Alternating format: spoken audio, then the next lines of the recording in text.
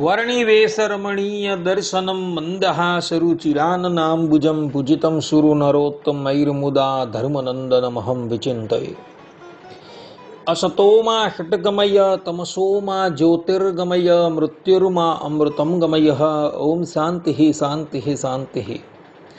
अस्मद्गुरुसमारम्भां नाथयामुनमध्यमां लक्ष्मीवल्लभपर्यन्तां वन्दे गुरुपरम्परा। આજની જ્ઞાન સભાની અંદર પધારનારા બધા જ ભગવદ્ ભક્તોને વેદાંતાચાર્ય, પુરાણ ઇતિહાસાચાર્ય, એમએ ફિલોસોફી શાસ્ત્રી રાકેશભાઈના હિતપૂર્વક જય સ્વામિનારાયણ. અમારા નારાયણ મંડળ સત્સંગ મંડળના સભ્ય કમલેશભાઈએ અમને પ્રશ્ન કર્યો કે શાસ્ત્રીજી, વૃત્તાંક અર્થાત કે રીંગણા ખવાય કે ન ખવાય, અને ખવાઈ જાય તો શું પ્રાયશ્ચિત કરવું? કારણ કે કેટલાક વક્તાઓ એવું કહે છે કે વૃત્તાંક ખાવા ન જોઈએ, અર્થાત કે રીંગણ ખાવા ન જોઈએ. તો આ સંબંધમાં શાસ્ત્રનો શું નિર્ણય છે એ કૃપા કરીને કહો, કારણ કે બધા જ લોકો આ બાબતમાં દિગ્ભ્રમ થાય છે. કેટલાક વક્તાઓ એવું કહે છે કે રીંગણ ખવાય, અને કેટલાક લોકો એવું કહે છે કે રીંગણ ન ખવાય. તો એ સંબંધમાં શાસ્ત્રોનો શું મત છે એ કૃપા કરીને આપ જણાવો. આ પ્રમાણે કમલેશભાઈએ અમને આજે પ્રશ્ન કર્યો, તો આજે આપણે બધા રીંગણ ખવાય કે ન ખવાય એ વિષય પર થોડી વાત શ્રવણ કરશું. તો બધા શ્રોતાગણો ધ્યાનપૂર્વક આ પ્રવચન શ્રવણ કરે અને એને આત્મસાત કરી લે. તો બધાના મંતવ્ય જે છે એ એક બાજુ મૂકી આપણે બધા પ્રગટ પ્રમાણ ભગવાન સ્વામિનારાયણે રીંગણ ખવાય કે ન ખવાય એ સંબંધમાં જે નિર્ણય કરેલો છે એ આપણે શ્રવણ કરીએ. તો સત્સંગી જીવનના 5મા પ્રકરણના 18મા અધ્યાયના 17મા શ્લોકમાં ભગવાન સ્વામિનારાયણ કહે છે કે લસુનમ શ્વેત વૃત્તાંકમ પલાંડુમ ગુંજનમ તથા ન ભક્ષયે દ્વિજો ધીમાન કલિંગમ ચ કદાચન. અર્થાત કે લસણ, ડુંગળી, ગુંજન એટલે કે લસણના જેવા આકારવાળો કંદ વિશેષ, કલિંગ એટલે કે કાળંગદુ, અને શ્વેત વૃત્તાંક એટલે કે સફેદ રીંગણને મતિમાન દ્વિજ ક્યારેય ન જ ભક્ષણ કરે. આ પ્રમાણે ભગવાન સ્વામિનારાયણે અહીં સ્પષ્ટ રૂપે કહેલું છે કે જે શ્વેત રીંગણ આવે ને એ શ્વેત રીંગણ ક્યારેય પણ કોઈએ ભક્ષણ કરવા જોઈએ નહીં. દ્વિજ એટલે કે બ્રાહ્મણ, ક્ષત્રિય અને વૈશ્ય તો ગ્રહણ કરવાના જ નથી, પરંતુ શૂદ્રએ પણ સફેદ રીંગણ ક્યારેય પણ ભક્ષણ કરવાના નથી. આ પ્રમાણેનો નિર્ણય ભગવાન સ્વામિનારાયણે સત્સંગી જીવનમાં કરેલો છે. એટલે કાળા રીંગણ છે એ કાળા રીંગણ ભક્ષણ કરવામાં દોષ નથી, પરંતુ જે રીંગણ સફેદ હોય છે એ સફેદ રીંગણ ક્યારેય પણ ભક્ષણ કરવા નહીં. કારણ કે સફેદ રીંગણ ભક્ષણ થાય તો સુરાપાન કર્યા જેટલું પાપ લાગે છે, અને એમાં મનુષ્ય પ્રાયશ્ચિતનો ભાજી થાય છે.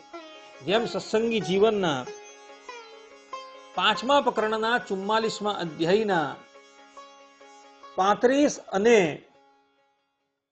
37મા શ્લોકમાં ભગવાન સ્વામિનારાયણ કહે છે કે નિષિદ્ધ લસુનાદિ નામ બુદ્ધિપૂર્વમ તુ ભક્ષણમ મહાપાતક તુલ્યેતુ રતમ અર્ધમુદીરિતમ. અર્થાત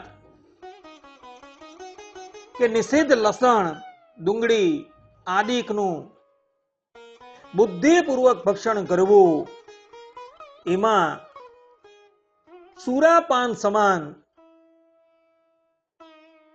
પાપમાં જે પ્રાયશ્ચિત કહેલું છે તેનાથી અડધું પ્રાયશ્ચિત કરો. અહીં આદિક તરીકે શ્વેત રીંગણ પણ લઈ લેવા.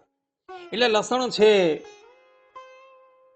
કાંદા છે, સફેદ રીંગણ છે, એ જો જાણે અજાણે ભક્ષણ થઈ જાય તો સુરાપાન કરવાથી જે પાપ લાગે અને એ પાપમાં જે પ્રાયશ્ચિત કરવાનું છે એનાથી અડધું પ્રાયશ્ચિત કરવાનું છે એવું ભગવાન સ્વામિનારાયણ કહે છે. એ અડધું પ્રાયશ્ચિત કયું? તો એ વાત સત્સંગી જીવનના 5મા પ્રકરણના 44મા અધ્યાયના 25 અને 26મા શ્લોકમાં તથા 27મા શ્લોકની અંદર કહેલી છે કે જાણે અજાણે સુરાપાન થાય તો 12 વર્ષ પર્યંતનું વ્રત કરી એને એનું પ્રાયશ્ચિત કરવાનું છે. અને લસણ છે, ડુંગળી છે અને સફેદ રીંગણ ભક્ષણ થઈ જાય તો એ સુરાપાનથી અડધું પ્રાયશ્ચિત કરવાનું છે, અર્થાત કે 6 વર્ષ પર્યંત એને વ્રતનું આચરણ કરી એ પ્રાયશ્ચિત કરવાનું છે.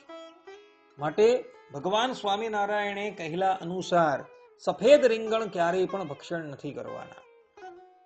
જે કાળા રીંગણ આવે છે એ ભક્ષણ કરવામાં કોઈ પણ જાતનો દોષ નથી, પરંતુ સફેદ રીંગણ તો ક્યારેય પણ ભક્ષણ કરવાના નથી.